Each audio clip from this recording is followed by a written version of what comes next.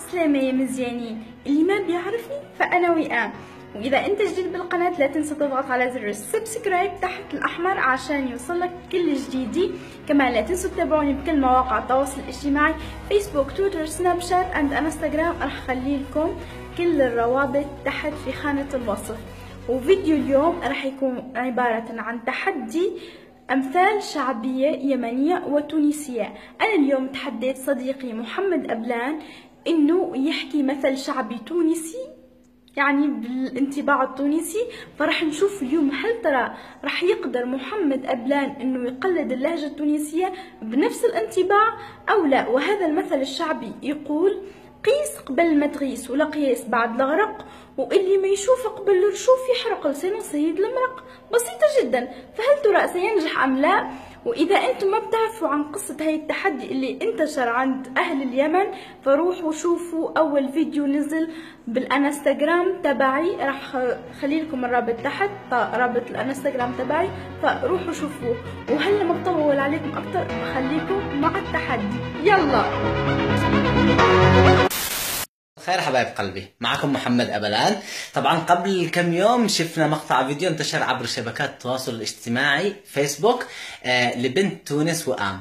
وئام هذه قبلت التحدي وتكلمت باللهجة اليمنية، فحبت انها تتحداني اتكلم باللهجة التونسية وجابت لي مثل تونسي. واقول لك يا وئام، احنا رجال اليمن ما يصعب علينا اي تحدي. والمثل التونسي يقول: قيس قبل لا تغيس والقياس بعد الاغرق، واللي ما يشوف قبل لا يشوف يحلق لسانه صهيد المرق.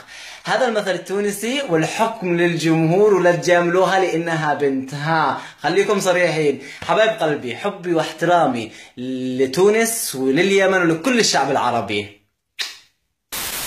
ماجد عاد إليكم من جديد. عسلامة الناس الكل.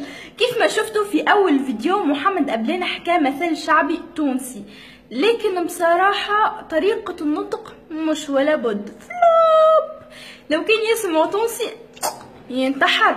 لذلك أنا بصراحة قررت نتشمت فيه أكثر وأكثر، وقلت لازم نحكي باللهجة اليمنية. محمد أبلان، تشتيني أتحكى لك صنعاني؟ هي ما هو يا أخو، مالك بتسوي؟ ولا قلك أتكلم من حق ياتو من حق عدن؟ ولا قلك أتخابر من حق قاقول قلك لمعلادي؟ ولا قلك بسجل لك ترانيم ريفية من حق تعس؟ غريتني بالطول والجلافة، قد كان معي حبيب قصير تحافة، شمس الصباح والضوء لا عيوني، خلي بخير والناس يفجعوني. رد السلام يا حالي الحواجب، رد السلام بين الناس واجب. فقولوا لي شنو رايكم، هل نجحتوا ام لا في تقليد اللهجة اليمنية؟ في نهاية المطاف نحب نقول لاخواتي اليمنيين الكل اللي باقيين يشوفوا فيا توا: ردوا بالكم على بلادكم، حافظوا على بلادكم بمختلف الإيديولوجيات والمعتقدات اللي موجودة في اليمن، وكلكم تبقوا يمنيين وتبقوا أخوات. أنا كأجنبية كيف نجي نسألك أنتي ونقولك أنتي من وين، شنو باش تجاوبني؟ ماك باش تقولي أنا راني يمني ولا يمنية. في جواز السفر متاعك شنو مكتوب؟ يمني ويمنية. فأنتم يمنيين، حبوا بعضكم وصلحوا بلادكم، وإن شاء الله يا رب اليمن ترجع بلاد مزدهرة كيف ما كانت وأفضل. وإن شاء الله نجي نزوركم ونجرب كرم الضيافة في اليمن. نسمعوا ديما احنا في تونس يقولوا لنا راهم اليمنيين عندهم الكرم والضيافة، ففرصة باهية باش أنا نجرب ونشوف اليمنيين بالحق مضيافين وإلا لا. ومن توا نقولكم حضروا لي العسل اليمني والقهوة اليمنية، ويعيشكم الناس الكل، ويا رب تحفظ اليمن وترجع كيف ما كانت وما خير.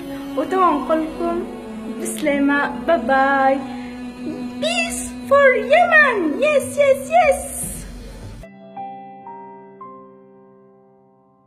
موطني